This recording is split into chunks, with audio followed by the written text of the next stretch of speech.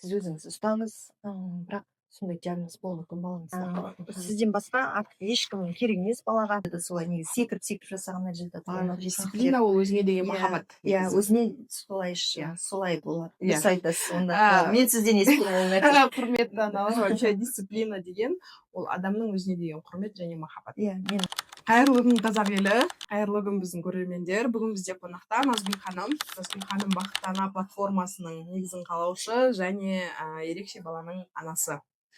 Қош келдіңіз, Назгүл ханым, рахмет келіскеніңізге, біздің подкастқа келгеніңізге. Өзіңіз таныстыра өтсеңіз. Көп рахмет, Дарья ханым. Осылай өздеріңіздің оқырмандарыңыздың алдына қадірлі қонақ ретінде шақырып отырғаныңызға. Иә, өзімді таныстырып өтетін болсам, есімім Назгүл Насиева, кәсіпкермін. Бақытты ана платформасының негізін қалаушымын. Біздің жалпы платформа бұл аналарға көмек көрсету мақсатында құрылған платформа. Және де әрине мен кішкентай Алиханымның анасымын. Бізде айта кетейін, көбісі білмейді, Алихан бізде қазір 8-де. Алиханда гиперкинез, дискинетическая форма болған, және де 4-ші степень туга оқиды. Дұрыс қой, кохлеарный имплант қойылған. Екі диагнозы бар баламның. Сол Алиханның көптен бастап айта кетсеңіз. Жалпы Алиханның өзі 2017 жылы дүниеге келген еді. Мерзімнен бұрын босанып қалдым 7 айлығында. Енді 7 ай былай қарасаңыз негізі баланың қалыптасып болған уақыты ғой, бірақ та Алихан да өте ауыр жағдайда дүниеге келді. Медициналық түрде тұрап тұрмын қалай жасайды, бірақ қан кетіп қалды. Сол қан кетіп қалғаннан жалпы екеуміздің де өмірімізге қауіп төнді. Тараз қаласында босанған едім. Сол кезде кешкі ғұрым енді бізде өзімізде айтолғақ деп, біз онша негізі айтарым, тағы бірінші осы кеңестен бастап айтарым, негізі айтолғақ деп көп мән бере қоймаймыз. Менде де сөйтіп мән бере қоймағам. Айтолғақ шығар 8-ші айға кетіп бара жатыр, солай шығар деп мен сол кешке бастаған, ол кәдімгідей толғақ екен. Сол толғақтықпен 32-ден 2 аптадан 33-ші аптаға келгенде Алиханымды босанып қалдым. Босанғаннан кейін реанимацияға алып кетті ғой. Алиханымды реанимацияға алып кетті. Ол жерде негізі ойлаймын да өзім, сол кезде айтолғақ деп мен жарайды, енді айтолғақ шығар, дайындық шығар деп ойлаған ғой, бірақ ол кезде кішкене көңілге бөліп, сол уақытта көңіл бөліп неге бұл олай болып жатыр, неге толғақ қатты болып жатыр деп мән бергенде, мүмкін қазір кесарев тіліммен баланы алса, негізі ондай бір последствия болмайды ма деген бір сондай бір сәл бір өкініш бар да менде. Сол өзім босандым, баламды өзім босандым, қан қатты көп кетіп қалды деді. Содан негізі екеумізге де өмірімізге қауіп төніп тұрды деп айтты маған. Сол балам бірден босанғаннан кейін, бірақ Абгары, сол Абгарын есептеген кезде шыңғырып бала неге келді, бірақ бірден неге алып кетті, реанимацияға алып кетті. Мен сол бетте қала бердім, енді 2-3 сағаттан кейін уже баламды реанимацияда көрдім. Сол барлық аппараттардың ішінде кішкентай балам, кішігірім өзі, 1,6 килограмм болып, кішкентай баланың жатқанын көріп, есімнен танып қалдым мен, шыны ондайды өзім көрмегенмін. Екінші балам болса да, енді ондай жағдайда баланың жатуы бұл ана үшін өте қиын жағдай. Шыны керек, есімнен танып қалдым мен бұл жерде, сол кезде баламды көрген кезде. Содан кейін айта беріңіз, толықтай больницадан шықтыңыздар, не болды, диагноз қай кезде қойылды? Негізі сол кеңестің аналарға кеңес айтарым, сол бірінші жүктілік болсын, екінші жүктілік болсын, үшінші жүктілік болсын, қай жүктілік болса да өте мұқият, өте сабырлы, мұқият, кәдімгідей врачтың жоқ, ой жарайды, үшінші балам ғой, төртінші балам ғой деп қарамаңыздар. Қазір деген шыны керек, денсаулықтарымыз біздің алып бара жатқандай мықты емес аналардың. Күнделікті өзіміздің бір стресстеріміз де бар, неше түрлі жағдайлар да бар, өмірлік жағының бәрі әсер етеді. Тем более біз аямыз ауыр кезінде вообще уязвимый боламыз.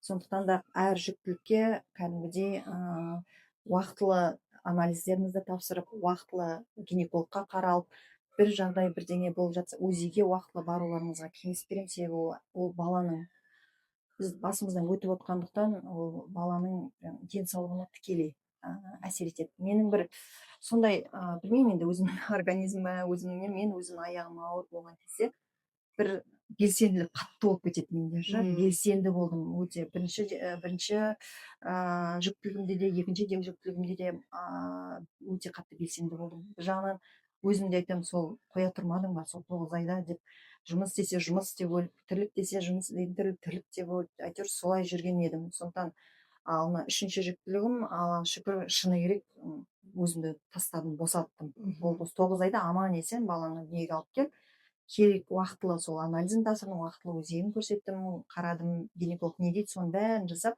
Алла амандығын беріп, әйтеуір Аллаға шүкір, дені сау, аман есен баланы тастадым. Иә, енді Алиханға оралсақ, сізге Алиханның дискинетический форма екен қай уақытта қойды?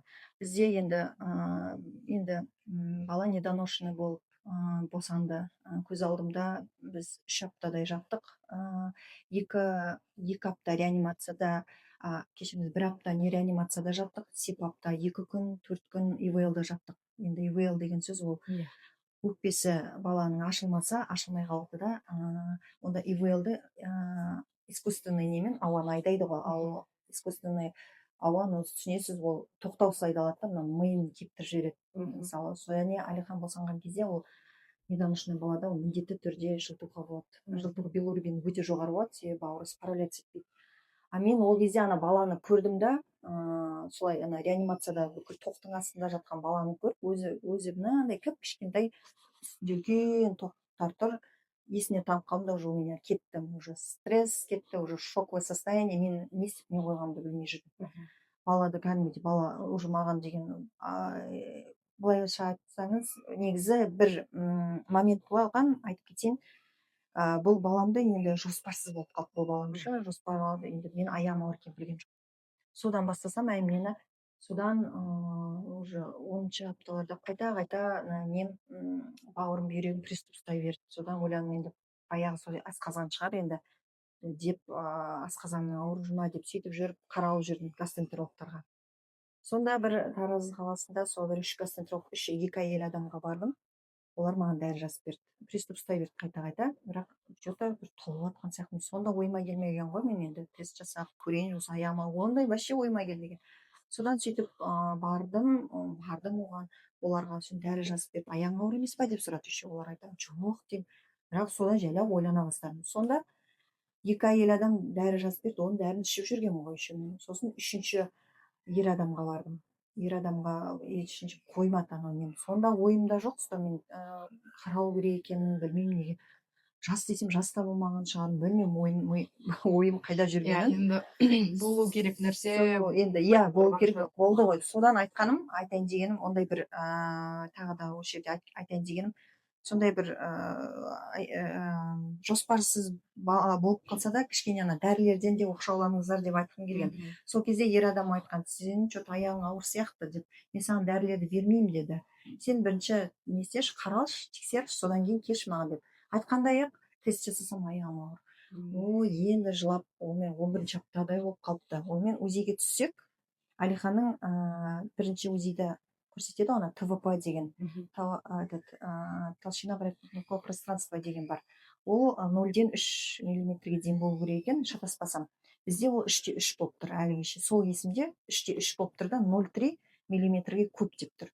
Ол риск ребенка на Дауна. Мен одан кейін вообще шок. Одан кейін сосын айтты, не жасайсыз ба, биопсия хориона деген жасайсыз ба деп маған. Ойда ештеңе жоқ, аха дедім. Енді бала сау ма, сау емес па, енді ары қарай сіз оны көтересіз ба, немесе енді алдырып тастайсыз ба деген әңгіме болып тұр ғой. Содан кейін енді жолдасым екеуміз бірінші қыз бала, өзіміз қазақта біз өзіміз ұл бала деп өзіміз жоспарлап жүрген. Сосын ұл бала екенін түсіндім. Енді қатты шыны керек қаладық. Содан кейін енді оны естіп алғаннан кейін ол деген енді барасында интернет деген бір жақсы жағы бар, жаман жағы да бар. Интернетті айда ақтар. Не болуы мүмкін, ол 0,3 нешеге не болуы мүмкін. Сол кезде шыққан сондай отклонение болса, синдром Дауна болуы мүмкін, немесе ДЦП болып қалуы мүмкін бала, бір отклонение болуы мүмкін. бірақ та болмауы да мүмкін дейді. Содан сөйтіп жүріп я психореоны ортасында істеп жібердім, бірақ ауыр көтердім оны. Ол кәдімгідей неден алады ғой, кіндіктен алады қанды. Оны өте қатты көтердім, ол үстіне қосылған стресс бар, бала сау ма, дені сау ма. Сөйтіп жүргенде сол барлығы әсер етті деп ойлаймын, дені сол баланың несіне. Сондықтан айтарым, ештеңе ойламау керек екен. Ол кезде мен қатты стрессовать еткенмін сол кезде. Енді бірақ бір жағынан қалай стрессовать етпейсің, баланы сөйтіп айтып тұрған. Содан кейін өздері консилиум жасады, бірақ 2 апта ма 2 жылдай болып кетті негізі. Соны результат бала дені сау ма, дені сау емес па деп пока жасағанша таразда енді Алматыға жібере ма, қай жаққа жіберетін, әйтеуір ұзақ күттім мен. Сол кезде 2 аптада бітіп кеттім кәдімгідей. Сөйтіп жүріп бала сау деді, дені сау, баланың барлық несі жақсы, хромосомалар түгел. Енді одан кейін не бола ма, сосын ол жүрген кезде кішкене төмен жатыр деді. Ортада Астанаға барып жүрегін тексертіп келдік, жүрегі нормально ма деп. Соның бәрі енді стрессовать еткеннің несі ғой. Содан нормально жүрген кезде 32 аптада, 31 аптада мен неге түстім, УЗИге сәл бала төмендеп жатыр, байқады. Сосын енді міне успокоиться етем деген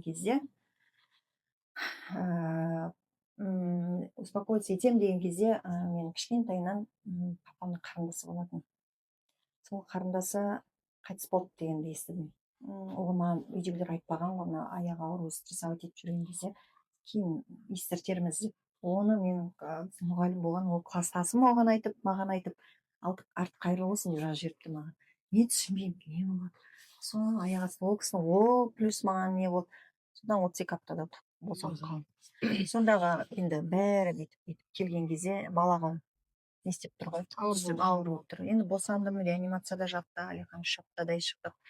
4 апта, 1 ай ровно жаттық. 16 қазан босандым, 17 қараша шықтым. Одан кейін балада енді андай 2 айлығында массажды бастап кеттік, уже жайлап бастап кеттік, бірақ андай хаотичное движение дейді ғой балада. Ол басылмай жатыр. Негізі ана бір 2 айында бір определенный периодтары бар ғой баланың өзінің несі қалпына келу керек, басылу керек. Бізде басылмай жатыр. Аяқ қолы дүрбелеңдеп бүйтіп қалса, бірақ интеллектісі мықты, гулиді, не істейді.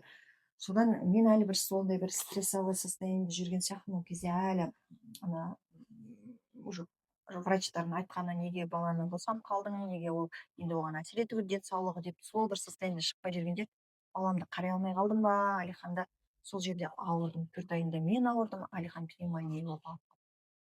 Соны қазір сізге айтып отырып, бәрін айтамын ғой, баламның жаныма қаншама нені басынан көтерген деп ауруды сынақ қоймайын. Енді сол уақытта кішкентай болып, иммунитеті слабый ғой, еще билирубині бар, еще ол жоғарылады, оны түсірдік. Сөйтіп 4 айында пневмония болып қалды. Содан больницаға тағы түстік, больницадан 2 аптадан қайтып шықтық, уже что-то реакциялар болмай бастады. Бала гулю керек, 5 айында гулю керек, что-то реакциялар жоқ. И хаотичный вот эти движения, мына тілдерін бүйтіп шығарып, бәрі негізі кету керек. 3 айына шейін, мысалы, ол нәрсенің бәрі жиырылу керек та, балада уже ол аунау керек, мысалы, ондай нәрселер ешқандай болмады Әлиханда. Сонымен что-то не то деп, что-то мына баланы қарату керек деп бастадық. Содан 6 айында Астанада центрға бардым, мейірім емес, реабилитационный центрға бардым. Сонда бардым 6 айында. 6 айында бізге диагноз. 6 айынан бір соған дейін невропатологқа біз бардық. Буф деген Тараз бойынша мықты невропатолог бар. Сол кісіге бардық. 6 айында, 5,5 айында бардық. Содан ол кісі айтты, қарады бірінші Әлиханды. Маған қарады, балаға қарады, маған уже не то екен түсінім көзіне. Баланы алып кете беріңіз деп папасына кіргізді. Сосын айтты, сіз, я вижу, что вы очень умная женщина, мама. Сіз өзіңіз ұстаңыз, бірақ сондай диагноз болуы мүмкін балаңызда. Сосын айтты, сізден басқа ешкім керек емес балаға. Но то, что меня радует, что у ребенка интеллект сохраненный, деп. Интеллект самую важную роль, деп. Самую важную роль вот это играет этот интеллект, он у вас очень умный, деп. Содан просто сейчас не теряйте время, пожалуйста, деп. И не гонитесь, деді, за волшебной палочкой, деді, за волшебной таблеткой, деді. Нигде нету такого, чтобы ол әлі ондай ештеңе шығармаған. Ваш сіз ондайлардан көзіңіз ашық, санаңыз биік мама екен көріп тұрмын, потому что жыбырлап не то деп алып келгенсіз баланы, өте ерте алып келгенсіз. Сондықтан чем раньше начнете, тем лучше, деді. Давайте лучше я сейчас диагноз поставлю вам, и сіз сол диагнозды ұстаңыз да бастаңыз реабилитацияны. Чем раньше, тем лучше на ноги станете, деді. Ол кезде дцп деген балдарда енді мен Білмейсіз. білмеймін ғой, төбемнен андай су сепкендей болды да. Сосын мен айттым, ол балдар қандай деп, жалпы енді қазір айттым да, бір жағынан күлемін, бір жағынан жылаймын. Сіз вы думаете, что это күлдім, сіз потом көресіз, мен сізге ештеңе айтпай ақ қояйын, қандай болатынын, қалай болатынын, реабилитация қалай болатынын, бірақ просто сізге вам только терпение, деді. И пожалуйста, деді, ешкімге сенбеңіз, деді. Только баланы только мамасы ғана алып шығады, деді. Мамасы ғана алып шығады, ни бабушка, ни дедушка, ни папа даже алып шықпайды. Главное, сіз мықты болыңыз, деді. Сол сөздермен келе жатырмын әлі мен, шыны керек. Сосын сөйтіп бардық, сөйтіп айтты. Сосын бірақ бізге под вопросом қойды.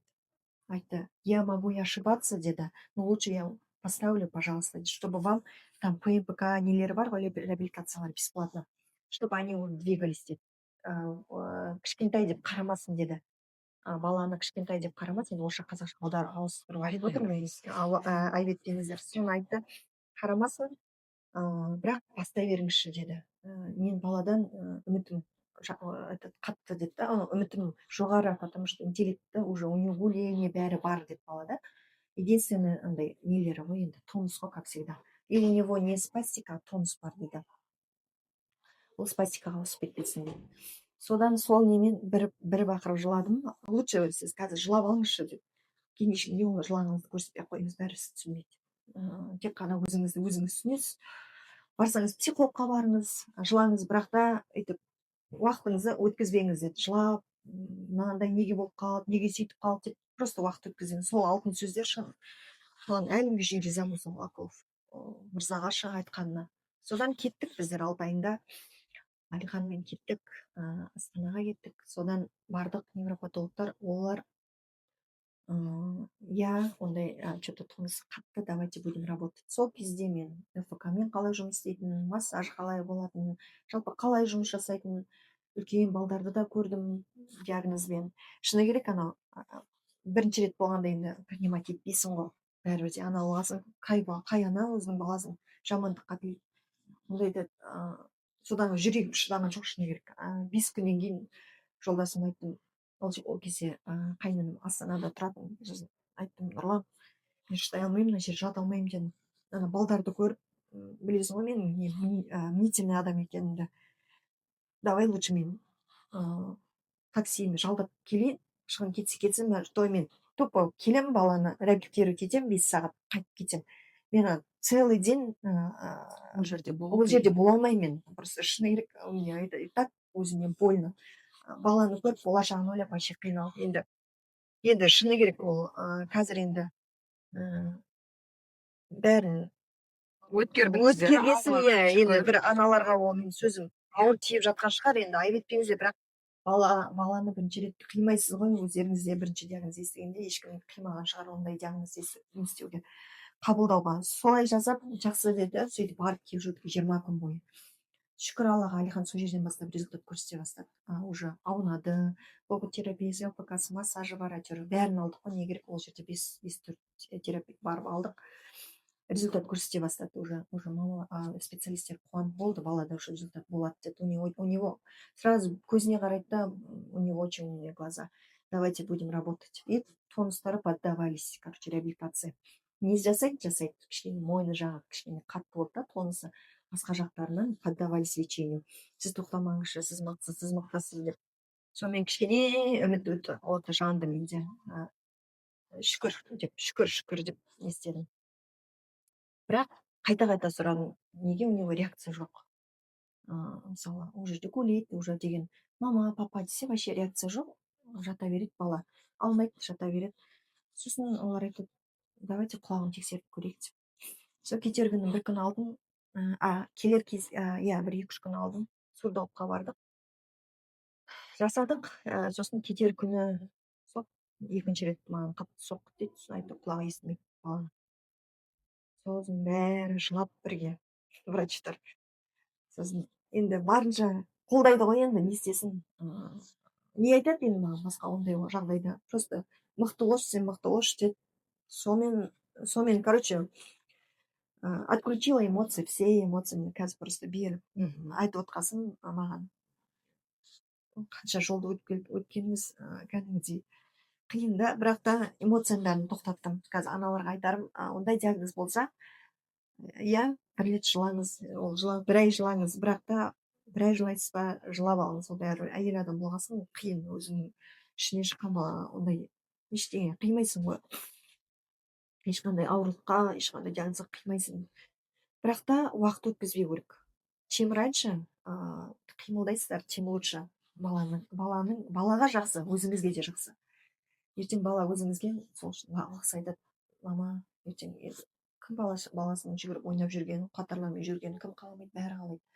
Сондықтан эмоцияларыңызды кішкене тыясыздар. Балаңыз эмоцияңызды жақсы жаққа бағыттаңыздар да, бала ертең результат көрсетіп жатса, сонымен бірге жылаңыз. Былай неге былай болды, неге қалай болды дегенге бір ешкім сізге жауап бере алмайды ондай жағдайда. Себебі просто Ол нәрсенің жауабы жоқ, тек қана қабылдау. Қабылдау керек болды. Енді қазір Аллаға шүкір. Шүкір, Алихан бізде жүреді, Алихан жүріп келген, естиді, сөйлейді, иә, кохлеарный имплант қойылған. Яғни мен өзім сурдопедагог ретінде айтарым, дефектолог. Кохлеарный имплант қойылса да кейбір балалар жестпен сөйлейді. Кейбір емес, даже көп 80% балалар. Сол үшін бұл сіз жасаған еңбек, Назгүл. Ол өте мықты еңбек, что гиперкинез бала жүру, есту, сөйлеу деген ол өте сіздің еңбегіңіз. Әрине осы жерде сіз сол осознанностьқа қалай келдіңіз? Реабилитация дисциплинированный түрде болу керек, сурдопедагог дисциплинированный түрде болу керек, жаңағы волшебный таблетка іздемей, жаңағы бізде бар ғой қазір мамалар Қытайға бүгін ғана сөйлестік, жаңағы Ташкент дейді, Турция дейді, это клетки дейді, в общем, БАДы дейді. Сіз соның бәрін жиыстырып қойып, тек қана реабилитациямен жұмыс жасау керек екенін, прям сол осознанность сізге қалай келді? Осознанность деген негізі өзіммен дисциплинированный адаммынша. Негізі менің өзімнің немде, түйсігімде сондай нәрсе бар. Любой нәрсеге, любой жетістікке, енді осы кезге шейін негізі кішкентайымнан дисциплинированный бала, тек таза еңбекпен бүкіл жетістік жететінін түсіндім да. Білемін да, ол уже дәлелденіп қойған нәрсе, барлық дисциплина ол өзіңе деген махаббат. Иә, өзіне солай болады. Дұрыс айтасыз. Онда мен сізден естіген ол нәрсе. Құрметті аналар, вообще дисциплина деген ол адамның өзіне деген құрмет және махаббат. Иә, мен өзімді сол үшін өзімді шыны керек қатты құрметтеймін. Себебі любой нәрседе ол адымдап, бірақ тұрақты түрде жасалатын, системный жасалатын нәрсе. Любой жерде, өмірде де солай, жұмыста да солай, кәсіпте де солай, мына лечениеде де солай. Негізі секіріп жасағаннан результат болмайды. Тұрақты түрде жасалғанда ғана результат болады. Оны енді миыма құйған осы реабилитологтар еді, сізде осы кезге шейінгі реабилитологтар тоқтамаңызшы, любой қай реабилитологқа барсам да, әйтеуір взбадривает, не істейді да, мотивация беріп, Алиханның интеллектісіне қызықты. Мен Аллаға шүкір деймін, осындай қатты ауырып, қатты не істеген интеллектісін сақталғанына шүкір деймін. Сол интеллект салып шықты Алиханды ше негізі. Содан мен негізі только проверенный, 100 ойланып, 100 оқып, негізі мен адамдардың біреу былай айтты ғой, біреу былай айтты ғой дегенге көнетін адам емеспін ше негізі өзім научно доказанный, мынандай всегда сондай адымдап жүрген адаммын. Өте зерттеп қарап қана толықтай міне шынымен де осы эффективно тек қана бізге мысалы реабилитация ғана бізге болады екен ғой, біздің диагнозда, енді басқа диагноз үшін жауап бере алмаймын ше. Мысалы ауыр да диагноздар бар, гиперкинездің, біздікі енді средний диагноз, средний степень болып тұр. Соны зерттеп қана барып мен осындай неге келдім. Значит, бізге ЛФК тоқтамау керек, логопед, дефектолог, сурдопедагог обязательно енді, ол потому что 1 жас 9 айында біз операцияға бардық баламды. Сол интеллект сохраненный, у него может получиться деген не может, а должно получиться деген немен құлағыма салдық. Содан кейін 4 жасында мен мама деген сөзді 4 жасында естідім. Қазір Алланың амандығы, Аллаға шүкір, осы балапан қызымнан қазір осы негізі 6 айынан бастап мама дейді ғой, енді жеңіс мама дейді ғой, соны мен 4,5 жасында естідім, Алиханнан мама деген сөзді. Сондағы менің жылағаным. Содан сол нені де қойдық, кохлеарный имплантты да қойдық, соны тоқтамай жасап, сосын реабилитациямен тоқтамадық. Шыны керек, қай жерде реабилитация жақсы, сол жерге бара беретінмін. Сосын енді мысалы реабилитологтарды көресіз ғой, реабилитологтың жақсы реабилитологтар да бар, өкінішке орай қазір кәдімгідей үлкен бизнес қылып жіберген шығар балалардың денсаулығын. Жақсы реабилитологтар бар, кәдімгідей сөйлесіп отырған кезде түсінесің да уже бұның деңгейі қандай екенін. Реабилитолог уже маған ұнатса, мен ол өмір бойы сол реабилитологпен қаламын. Сондай тұрақтылық адаммын да мен. Андай секіріп етіп жүрмеймін да, уже просто ол адам ол баланы уже біледі, ол баламен жұмыс жасайды, ол баланың уже плюс минустарын біледі, оны үзіп алып ана жақ жақсы екен, мына жақ жақсы екен деген. Менде енді менің ұстанымда сондай болды. Бізге сол реабилитация ЛФК көмектесті, бізге бассейн көмектесті, бізге логопед, дефектолог, сурдопедагог көмектесті, тағы массажист көмектесті. Біз осы Қазақстанның төңірегіндегі бар мамандардың арқасында, Алланың амандығын берсін, Аллаға шүкір, балам аяққа тұрды. Бірақ өкінішке орай қазір сонымен тағайты баланың денсаулығын бизнеске айналып кететін адамдар қазір өте көп екен. Солардан сақтаныңыздаршы деп айтамын. Қазір негізі негізі Қазақстанда да мықты дамыған. Негізі Қазақстанға бірінші келеді мына СНГ бойынша, негізі СНГ бойынша емдердің бәрі Қазақстанға бірінші келеді. Сол Қазақстанда бізде жоқ десе, бізде көп. Міне Гүлдария ханымның өзі отыр. Қазір остеопатқа шейін. Остеопатия деген ол остеопатқа да бардық біз кезінде. Остеопатия шейін бұл маман, ол сол өзіңді айтып құрметтейтін маман, ол тоқтамайды бір нәрсемен, ол полностью сол этапты өтеді. Негізі сол маманмен неге балаңызды жүргізбеске деймін ғой. Сосын бізде мысалы уколдар көп берді негізі, бірақ мен уколдарды көп жолата қоймадым. Потому что кортексин дегенді бәрімізге енді 2-нің бірі ДЦП-ға береді. Протоколда. Біздің Қазақстанның протоколы бойынша солай екен, береді, алыңыз деп. Енді мен оның 5 күннен кейін бізде кәдімгідей возбуждение қатты. Содан мен тоқтата саладым всегда.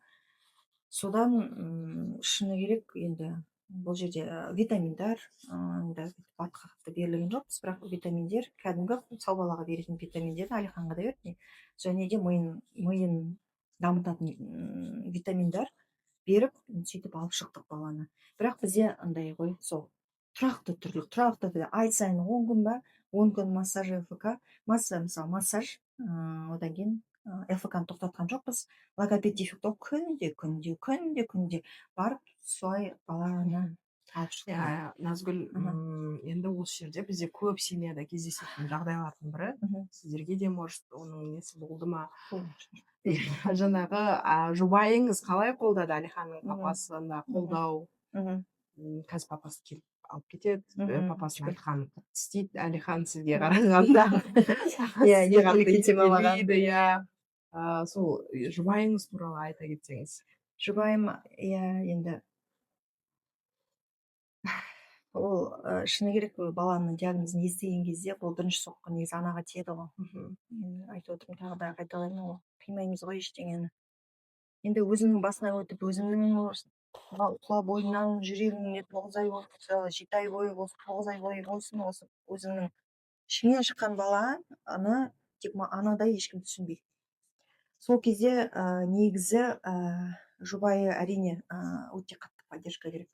Анаға деген өте қатты поддержка керек. Жұбайым Аллаға шүкір түсінді. Мысалы, ол жұбайды қимайды ғой, баласын қимайды тоже. Бірақ оны түсіндіру керек. Осылай, мынандай бағытта, мынандай, ол түсінбейді деп жауап тастамау керек теманы. Кәдімгідей отырып, прям столда, мысалы, 2 үлкен ересек адам ғой, мысалы, уже бала шаға болғасын, андай психологтардың любимый нелер ғой, детская позиция, бірдеңе позиция дегенде.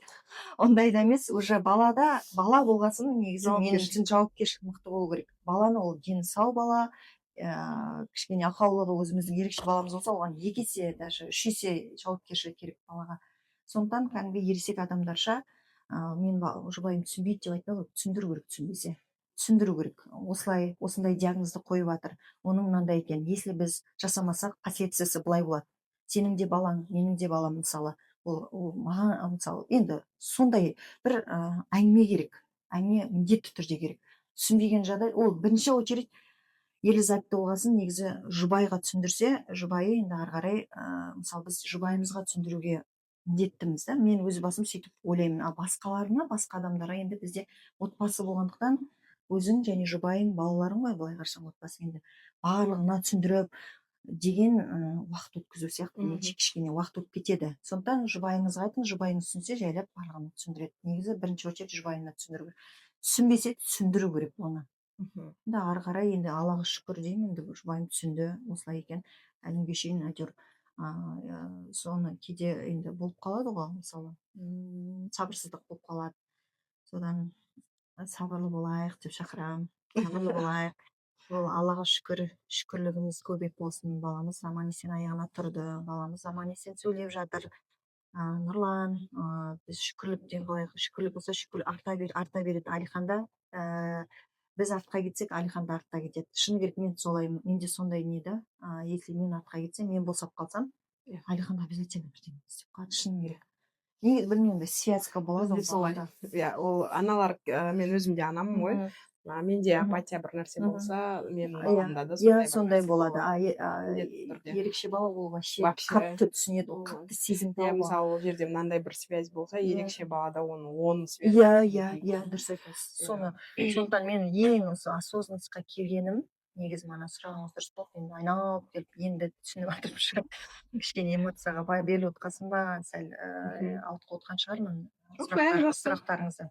Осознанность қалай келді? Осознанность менде сол, мен если слабый сейчас артқа кетіп қалсам, жылап, мына бала кімге керек болып қалады ертең? Былай қарасаңыз, енді өзі балаңыз өзіңізге ғана керек қой. Өмірдің шындығы. Ол бала анасынан басқа ешкімге керек емес. Иә. Содан айттым, жоқ, мүмкін болмайды. Ты че? Аллаға шүкір де, аяқ қолың сау, көзің көреді, сөйлеп отырсың. Аллаға шүкір, санаң биік, білімің бар. Сен неге артқа кетесің? Қазір бала үшін жүгір, одан кейін шүкірлігің, ертең балаң саған рахмет айтады. Бар, негізі ананың миссиясы сол ғой, балаларына барынша көңіл бөлу, махаббатын беру, көңілін бөлу, олардың мысалы қабілеті болса қабілетін ашу. Негізгі миссия сондай ғой, аналар. Алла тағала бізді ана болып жаратқандықтан, біздің басқа, менің өзімнің түсінігімде сол, балалардың денсаулығы, балалардың қабілетін ашу, балалардың денсаулығына көңіл беру, білу, біліміне қарау, қазіргі заман талабына сай. Сондықтан да қой, олай болмайды дедім. Кішкене жылап ал, түнімен жылайсың ба жыла, бірақ таңертең сен күліп жүру керексің. И эмоцияны алып тастадым мен. Конкретно просто холодный разум. Все, жасау керек па, жасау керек. Сұрайды, басында осылай айтатын, қазір де кішкене эмоцияға беріліп отырмын ғой, негізі қазір уже эмоцияға берілмеймін көп. Айтады ма, потому что енді ол өткен енді қабылдау керек, біріншіден, және екіншіден стресстің, депрессияның өзімнің денсаулығыма да асыра бере бастады ше. Ол кезде сөйтіп уайым да бар, баланы тасуым да бар. Оның бәрі мен мына кішкентайымды көтеріп естіген кезде уже мен деген бұрынғыдай емеспін. Кішкене ауырлау болды сәл, босанғаннан кейін өзімнің есіме жиып алу ауыр болды. Бәріміздің негізі бірінші кезде память кетіп қалды уже, концентрация кетіп қалды. Оның бәрі негізі асқазан, бәрі негізі стресстан ғой.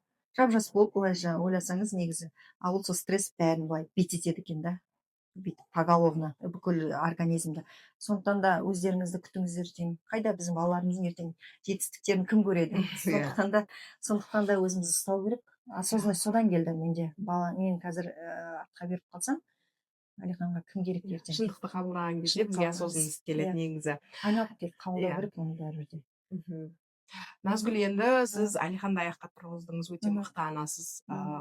Ол сөзді айтуға қорықпаймын. Мгм. Өзіңіз дисциплинированный анасыз, жұбайыңыз бар, толыққанды отбасында балаларыңыз тәрбиелеп отырсыздар. Және де мен осы сіз қазір осындай аналарға платформа аштыңыз. Мгм. Мгм. Сол платформада сіз аналарды тегін Мгм. оқытасыз, Мгм. иә? Мгм. Сол платформа туралы айтып кетсеңіз, ол жаққа Мгм. қалай тіркелуге болады? Мгм. Мүмкін Мгм. бізді көріп отқан аналар Мгм.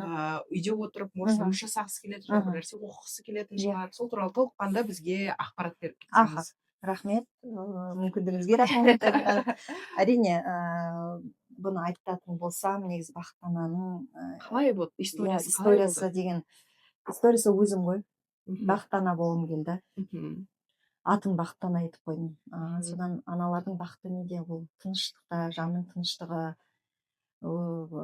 балалар аман есен, дені сау, өзінің дені сау, отбасы бақытты, өзі қаржылай сауатты, өзінің қаржысы бар. Соның бәрі ойлап келгенде Сол платформаға алып келді. платформаға алып келді. Аха, сол платформаға алып келді. Негізі менің бірінші брендім алғашқы. Негізі жалпы бұл нәрсе Алихан мықты қылды ғой мені. Мгм. Сол кезге шейін білмеймін, енді кішкене жастық болмай үлкен қызым дүниеге келді, енді бала шаға не деп жүресің, не істейсің, бірақ та мына Алиханнан кейін шыны керек мықты бола бастадым. Сабырлы бола бастадым, осознанно қарай бастадым. Ну, повзрослела, шын айтайын, кәдімгі ересек бола бастадым. Енді ондай жолды өткеннен кейін кәдімгідей бәрін ересек күйде кәдімгідей қарайды екенсің. Содан бір ниет, енді оралға сен жұмыс жасам, Астана қаласында жұмыс жасадым, одан декретке шығып Тараз қаласына келдік, Жамбыл облысына келдік. Одан кейін мен деген қатты сол стрессовать еткенде миымда негізі андай карьерадағы адам едім мен өзімше. Жақсы енді білім алып, өзім еңбегіммен білімнің қуып, одан кейін жақсы дәрежеде неде жұмыс жасап жүрген қыз едім. Одан кейін енді осылай әйтеуір бір әрқашан білім алып жүретін едім. Бірдеңе болса онлайн болса онлайн, офлайн болса офлайн білім алып жүретін. Ана стрессовать еткеннен кейін, стресстен кейін что-то менің миым деген вообще шыны керек жасамай қалды. Шыны керек кәдімгідей андай пустовать етіп уже мен стресстен кейін депрессияға кете бастадым. Сосын айтдым, қой мынау болмайды. Ты че, Назгүл, болмайды олай, давай өзіңді жина. И онлайн оқи бастадым. Тендерді оқыдым. Өзім финансистпін, негізі бухгалтер финансистпін. Сол тендердің бағыттарына көмектестім. ата енемен сөйтіп жүріп, әйтеуір оқып жүретінмін всегда. Білім алып жүретінмін, істеп жүретінмін. Содан сөйтіп сол білімнің арқасы мына өзімді жинап алдым ғой негізі. Андай өзімнің дамығанның арқасы. Содан себебі Алиханды ойлай берсем кәдімгідей андай қиналып кетемін да, уже болашағын ойлап, сөйтсем де өзім қинап жіберетін өзімді ше. Андай айтып отырмын, мнительный адам болғасын, андай өзімді жеп қоямын ішімнен. Ана кішкене сәл дамытсам, миым басқа жаққа кішкене ойлайды екен. Сондықтан давай деп, содан жолдасым көмек берді. Алғашында Толағай деген негізі ерекше балаларға арналған подгузниктер шығардық біздер, производствомен айналыса бастадық 23-тен бастап. Сол Толағайым қазірде порталмен барады, әлеуметтік портал бар, сол жерде ерекше балаларға біздер қамтамасыз етеміз поставщик ретінде. Ол Толағайым мені до того, оның ниеті оң болып, осы айтады ғой енді шыны керек негізі қазір ғана көңіл бөліне бастады ғой негізі осы ерекше балаларға негізі жағдай жасалмайды дейді, заттар мысалы онша келмейді деген сондай жан айқайы болатын аналардың. Енді менің өзімнің ортам мамалар, енді лечение болғасын, уже ортамда сәл өзгереді ғой, мамалар сондай мамалармен сөйлесе бастадым, не керек балаларға, осы мен кәсіппен айналысқым келіп жатыр, не шығарайық осы балаларға деп, сондай бір ниетім оң болған. Сонда айтқан, если сондай не істесеңіз, сондай бір өнімдерді шығарсаңыз деп. Содан Толағай деп, әр бала Толағайдай батыл болсын деп, несі мықты Жапония және Қытай Халық Республикасымен 3 контракт жасап, сол Жапониядан сол подгузниктерді алдыра бастадым. Сол жақта жасаттым. Бренд Қазақстан патентінікі болды. сол мен бұрынғы жұмыстарым сол халықаралық компаниялар жағы ұйымдармен контракт меморандумдар жасап еді, ол жағы сол мына жаққа қолданып сөйтіп балаларға шығарды. Ол толағайым до того енді білім деп сөйтіп онлайн платформа басқа да платформа отқанда ол толағайыммен бірге мықты продукт деп Америкаға да барып келдім. Үлкен жобаның ішіне кіріп кеттім. Сол кезде қарасам ол жерде айтты, енді сіз мамалармен жұмыс істеп жатсыз, неге сізге сообщество құрмасыз? Мә, ол күшті идея екен ғой. Енді бір кәсіпкер болса өзіңіз түсінесіз ғой, идеядан идея кете береді ғой өзі. Новинкаға кетесіз да, ана қызық болмай қалады ғой. Түсініп тұрған шығарсыз, нарықтағы өнімдер қызық болмай қалады. Сен уже Хочется ерекше еще другое. хочется другое. Бірақ андай бір күшті болсын, бір уникальный болсын. Енді Американың несін көріп келгеннен кейін уже санаң былай 200% айналып келді ғой миымыз ана жақтағы ненің бәрін көргесін, андай мүмкіндіктерді. Содан сондай платформа жасауға болады екен ғой деп аты қалай айттым, аты однозначно бақыттана болады. Бақыттана, себебі аналарды бақытты ететін платформа болсын деп. Сол бақыттана соның ішіне психоэмоционалды осылай. Міндетті түрде біз эмоционалды адамдармыз, өзіңіз білесіз, келіншектер, ол ер адамдар көрсетпесе де, біздер енді көрсетіп алған, міндетті түрде көрсету керекпіз оны деген, сосын барып жеңілдеп қаламыз да. Соны психоэмоционалды коучтармен, психологтармен курстар жаздық, одан кейін бизнес ашу бойынша курстар жаздық. Жалпы мақсатым сол, әйел адамдардың дамуы. Бұл балдары кім өзін дамытқысы келеді, кім өзін деген сондай қаржыдан тәуелсіз болғысы келеді, өзің сондай бағытта сол біз міндетті түрде психоэмоционалдық тұрақтылық деген курсымыз бар, содан өткізіп аламыз. Одан коучпен жұмыс жасайды, бизнес бойынша және маркетинг, міндетті түрде бизнеске маркетинг керек. Сондай курстың жасап қосымша шығардық, бақыттана деген. Оны Казиновацияда, Казиновation үлкен не бар, грантодатель, енді ол жерде де үлкен тартыс болды, 160 адамнан, сол 19-ымызды өткізді, сол жерден грант ұтып алып, сол жерде сол платформаны шығардықтан кейін сол платформада екінші тағы да уже командам құрылды. Одан кейін USAID деген қазір компания ол несеп кетті, жойып кетті, бірақ сол кезде тоже оларға защищать етіп маркетплейс құрдық. Маркетплейста ол жерде кішкене біздің приложениеміз несі функционалы артты. Ол жерде мысалы біз маркетингтен қазіргі трендтағы SMM мобилографы бар, барлық сату өнері бар, мобилография, таргетология, және жасанды интеллект, қаржылық сауаттылық міндетті түрде бар. Қазіргі трендтегі қарызға кірмеу, қарыздан қалай алып шығу керек, қалай қаржылай сауатты болу керек. Қазіргі нарыққа сай керек нәрселер ғой, керек қабілет навыктар да, соның бәрін қостық. Және если мысалы сіздің брендіңіз, өзіңіздің брендіңіз болса, немесе аналар соны оқып, біздің маркетплейста өзінің услугасын сала алады. Кәдімгі енді қалай қазіргі біздің енді келесі деп қояйын енді болашақта.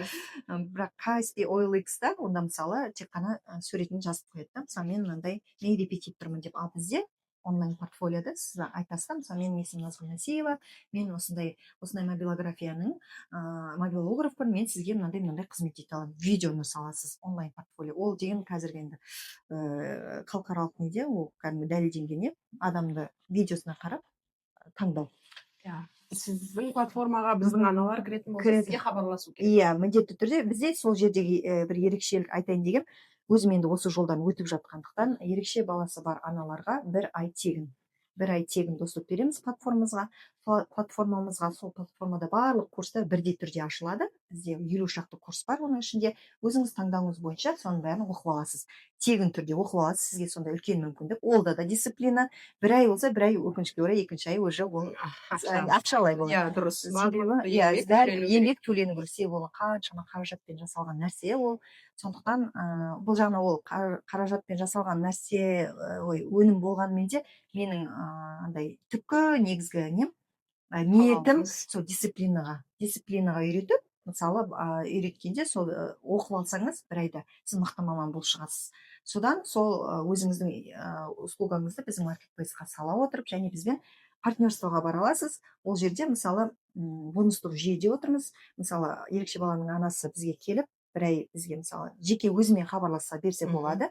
Мен келісімшартқа отырамын. Сосын сол бір ай сізге тегін беремін. Сол кезде бізге партнер ретінде уже тіркелесіз да автоматты түрде. Біз туралы айтатын болсаңыз, өзіңіздің таныстарыңызға мысалы біздің курс туралы айта отырып, сіз біз арқылы табыстап аласыз. Мгм. Сондай бір үлкен жүйені Мгм. ұсынғымыз келіп отыр. Өте жақсы, өте керемет, Назгүл ханым. Құрметті аналар, құрметті ата аналар, егер де сіз оқимын, оқуға қазір қаражатым болмай жатыр, білімімді арттырғым келеді десеңіздер, хабарласыңыздар, мен сіздерге міндетті түрде Назгүл ханым номерін беретін боламын. Және де осы мүмкіндікті пайдалана отырып, сіз мүмкін бір үлкен өзіңіздің ішіңізде потенциалыңызды ашуыңыз мүмкін. Назгүл ханым, сізге рахмет, Сізге рахмет, көп бөліскеніңізге. рахмет. Иә, Енді бүгінгі тарқатып жібердім ғой. Қайырлы рахмет сізге. менің сізбен сөйлесіп отырып бүгінгі подкасттан түйгенім, тағы да өзіме галочка қойғаным, дисциплина бәріне алып келеді. Еңбек бәрін жеңбек деп айтады. Мен өзім тоже дисциплинаны адаммын. Сондықтан да бұндай аналардың болғаны, бұндай аналарды сіздер естіп, яғни біз специалистер айтқан кезде көп ата-аналар не істемейді, жаңағы, ой, бұлар бізге өзін сатайын деп жатыр, жаңағы.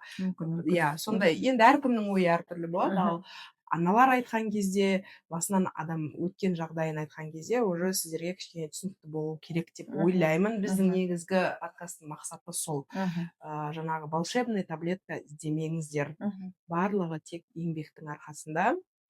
Келесі кездескенше сау болыңыздар, аман болыңыздар. Жақсылықта, жақсы жаңалықтармен жүздесейік. Сау болыңыз.